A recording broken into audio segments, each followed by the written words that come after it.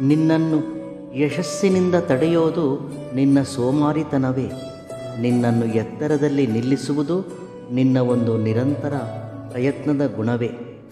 ಅಸತ್ಯ ಯಾವಾಗಲೂ ಜೊತೆಯನ್ನು ಕೋರಿಕೊಳ್ಳುತ್ತದೆ, ಆದರೆ ಸತ್ಯ ಯಾವಾಗಲೂ ಒಂಟಿಯಾಗಿಯೇ ಪ್ರಯಾಣಿಸುತ್ತದೆ. ಏಕೆಂದರೆ ಸತ್ಯಕ್ಕೆ ಧೈರ್ಯ ಹೆಚ್ಚು. ತಪ್ಪು ಮಾಡಿದವನಿಗೆ ಒಂದು ಅವಕಾಶ ಕೊಡು, ಸರಿಪಡಿಸಿಕೊಳ್ಳುತ್ತಾನೆ. ಆದರೆ ಮೋಸ ಮಾಡಿದವನಿಗೆ ಮಾತ್ರ ಅವಕಾಶ ಕೊಡಬೇಡ. ಏಕೆಂದರೆ ಜೀವನದಲ್ಲಿ ಮರೆಯದೇ ಇರುವ ಗಾಯವನ್ನು ಮಾಡುತ್ತಾನೆ. ಪ್ರತಿ ಕಷ್ಟ ಮನುಷ್ಯನಿಗೆ ಒಂದು ಪಾಠವನ್ನು ಕಲಿಸುತ್ತದೆ. ಪ್ರತಿ ಪಾಠ ಮನುಷ್ಯನಲ್ಲಿ ಬದಲಾವಣೆಯನ್ನು ತರುತ್ತದೆ. ದುಃಖದಲ್ಲಿದ್ದಾಗ ದೇವರ ಮೇಲೆ ನಂಬಿಕೆ ಕಳೆದುಕೊಳ್ಳಬೇಡ.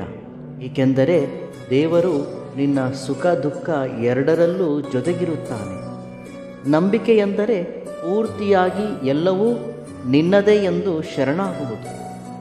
ಕಷ್ಟದ ದಿನಗಳಲ್ಲಿ ತಾಳ್ಮೆ ಕಳೆದುಕೊಳ್ಳಬೇಡ. ಎಲ್ಲವೂ ಒಂದು ಕಾರಣವಾಗಿಯೇ ಸಂಭವಿಸುತ್ತದೆ, ಜೊತೆಗೆ ಪರಿಹಾರವೂ ಸಿಗುತ್ತದೆ. ಆತಂಕ ಪಡುವ ಅಗತ್ಯವಿಲ್ಲ. ಜೀವನದಲ್ಲಿ ಏನಾದರೂ ಸಾಧಿಸಬೇಕೆನ್ನುವ ವ್ಯಕ್ತಿ ಮೊದಲು ತನ್ನಲ್ಲಿರುವ ಬಲವನ್ನು ಮತ್ತು ದೌರ್ಬಲ್ಯವನ್ನು ಗುರುತಿಸಬೇಕು. ತನ್ನ ಸಾಮರ್ಥ್ಯ ಮೀರಿ ನಿರ್ಣಯಿಸುವ ನಿರ್ಣಯ ಕಷ್ಟಕ್ಕೆ ಕಾರಣವಾಗಬಹುದು.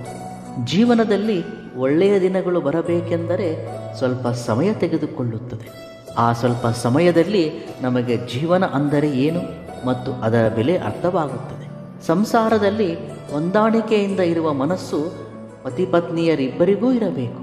ಒಬ್ಬರು ಮಾತ್ರವೇ ಪ್ರತಿಯೊಂದಕ್ಕೂ ಹೊಂದಾಣಿಕೆಯಿಂದ ಇದ್ದರೆ ಮತ್ತೊಬ್ಬರು ಯಾವಾಗಲೂ ಸಮಸ್ಯೆಯಾಗಿ ಉಳಿಯುತ್ತಾರೆ.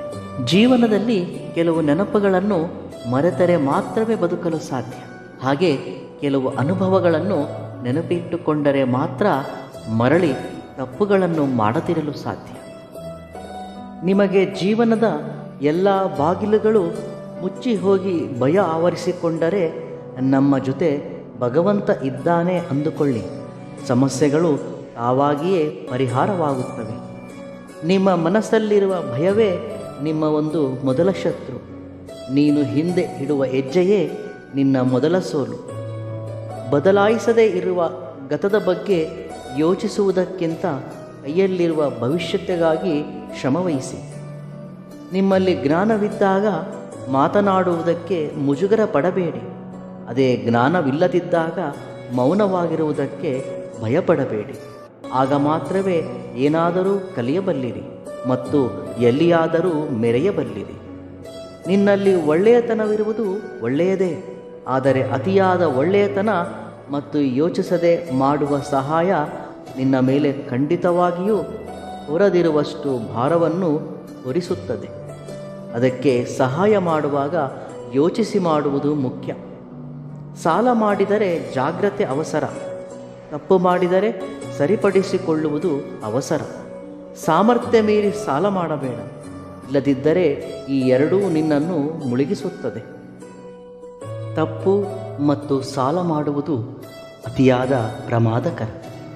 ಈ ಎರಡೂ ಅತಿಯಾದರೆ ಖಂಡಿತವಾಗಿಯೂ ಮುಳುಗಿಸಬಲ್ಲ.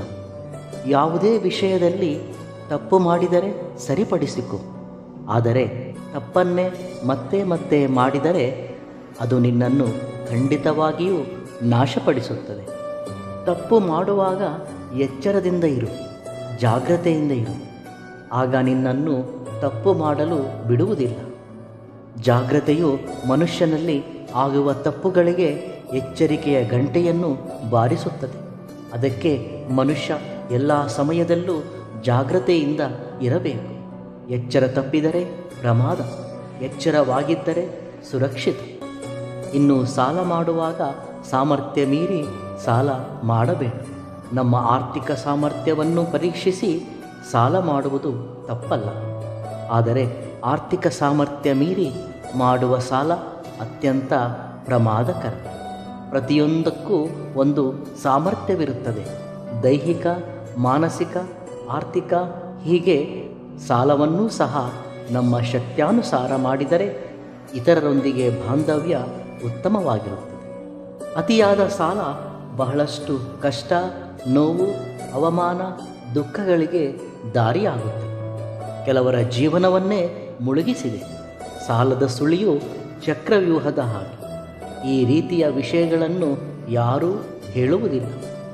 ಜೀವನದಲ್ಲಿ ಎಲ್ಲ ವಿಷಯದಲ್ಲೂ ಜಾಗ್ರತೆ ಇರುವುದು ಬಹುಮುಖ್ಯ. ನೆನಪಿರಲಿ. ನಮ್ಮವರೆಂದು ಅಂದುಕೊಂಡವರೆಲ್ಲ ನಮ್ಮ ಬಂಧುಗಳಲ್ಲ. ನಾವು ಕಷ್ಟದಲ್ಲಿರುವುದು ಕಂಡು ನಮ್ಮ ಮನೆ ಬಾಗಿಲು ಬಡಿಯುವವರೇ ನಮ್ಮ ಬಂಧುಗಳು. ಯಶಸ್ಸಿನ ಹಾದಿಯಲ್ಲಿ ಒಂದು ಮಾರ್ಗ ಮುಚ್ಚಿಕೊಂಡರೆ ಮತ್ತೊಂದು ಮಾರ್ಗ ತೆರೆದುಕೊಳ್ಳುತ್ತದೆ. ಅದನ್ನು ತಿಳಿದುಕೊಳ್ಳುವುದೇ ಯಶಸ್ಸಿಗೆ ದಾರಿ. ನಿನ್ನ ಪ್ರಯತ್ನವಿಲ್ಲದಿದ್ದರೆ ನಿನಗೆ ಯಶಸ್ಸು ಸಿಗುವುದಿಲ್ಲ. ಏನೇ ಆದರೂ ಇಷ್ಟದಿಂದ ಮಾಡುವ ಎಲ್ಲ ಕೆಲಸ ಸಂತೋಷ ಕೊಡುತ್ತದೆ. ಇಷ್ಟವಿಲ್ಲದೆ ಮಾಡಿದರೆ ಬೇಸರವಾಗುತ್ತದೆ. ನಮ್ಮ ನಡತೆ 4 ಜನಕ್ಕೆ ಮಾರ್ಗವಾಗಬೇಕು. ನಮ್ಮ ಮಾತು ಒಳ್ಳೆಯದಾಗಬೇಕು. ನಮ್ಮ ಕೈ 10 ಜನಕ್ಕೆ ಸಹಾಯ ಮಾಡಬೇಕು. ಇಷ್ಟೆಲ್ಲ ಮಾಡಿದರೂ ನಾವು ಯಾವಾಗಲೂ ನಿರಹಂಕಾರಿ ಆಗಿರಬೇಕು. ಅಹಂಕಾರ ಒಂದೇ ಸಾಕು ಜೀವನದಲ್ಲಿ ಎಲ್ಲವನ್ನೂ ಕಳೆದುಕೊಳ್ಳುವುದಕ್ಕೆ. ಧೈರ್ಯವೊಂದೇ ಸಾಕು ಜೀವನದಲ್ಲಿ ಏನಾದರೂ ಗೆದ್ದು ತೋರಿಸುವುದಕ್ಕೆ. ಯಾರ ತಪ್ಪುಗಳನ್ನು ಅವರು ತಿಳಿದುಕೊಳ್ಳುವುದಕ್ಕೆ ಮಾತ್ರ ಸಮಯವಿರುವುದಿಲ್ಲ. ಆದರೆ ಮತ್ತೊಬ್ಬರ ತಪ್ಪುಗಳನ್ನು ಬೆರಳೆತ್ತಿ ತೋರಿಸುವುದಕ್ಕೆ ಸಾಕಷ್ಟು ಸಮಯವಿರುತ್ತದೆ. ಕಷ್ಟದ ಬೆಲೆ ತಿಳಿದವನು ಯಾರನ್ನೂ ಕಷ್ಟಪಡಿಸುವುದಿಲ್ಲ. ಇಷ್ಟದ ಬೆಲೆ ತಿಳಿದವನು ಯಾರನ್ನೂ ಬಿಡುವುದಿಲ್ಲ. ತಿಳಿಯದೆ ಮಾಡಿದರೆ ಅದು ತಪ್ಪು, ತಿಳಿದು ಮಾಡಿದರೆ ಅದು ನಂಬಿಕೆ ದ್ರೋಹ. ಪಟ್ಟ ಪ್ರತಿ ಕಷ್ಟದ ಹಿಂದೆ ಅರ್ಥ ಇರುತ್ತದೆ. ಸಹನೆ ಇದ್ದರೆ ಪಟ್ಟ ಪ್ರತಿ ಕಷ್ಟವೂ ಒಂದು ಸಂತೋಷವನ್ನು ತಪ್ಪದೇ ಕೊಡುತ್ತದೆ. ಜೀವನದಲ್ಲಿ ನೀನು ಮಾಡಿರುವ ತಪ್ಪುಗಳನ್ನು ಮರೆಮಾಚಿದರೆ ಯಶಸ್ಸು ನಿನಗೆ ನಿಲುಕದ ಹಾಗೆ ಮರೆಯಾಗುತ್ತದೆ. ನಿನ್ನ ತಪ್ಪುಗಳನ್ನು ಸರಿಪಡಿಸಿಕೊಳ್ಳುತ್ತಾ ಮುಂದೆ ಸಾಗಿದರೆ ಯಶಸ್ಸೇ ನಿನಗೆ ಎದುರಾಗಿ ಬಂದು ನಿಲ್ಲುತ್ತದೆ.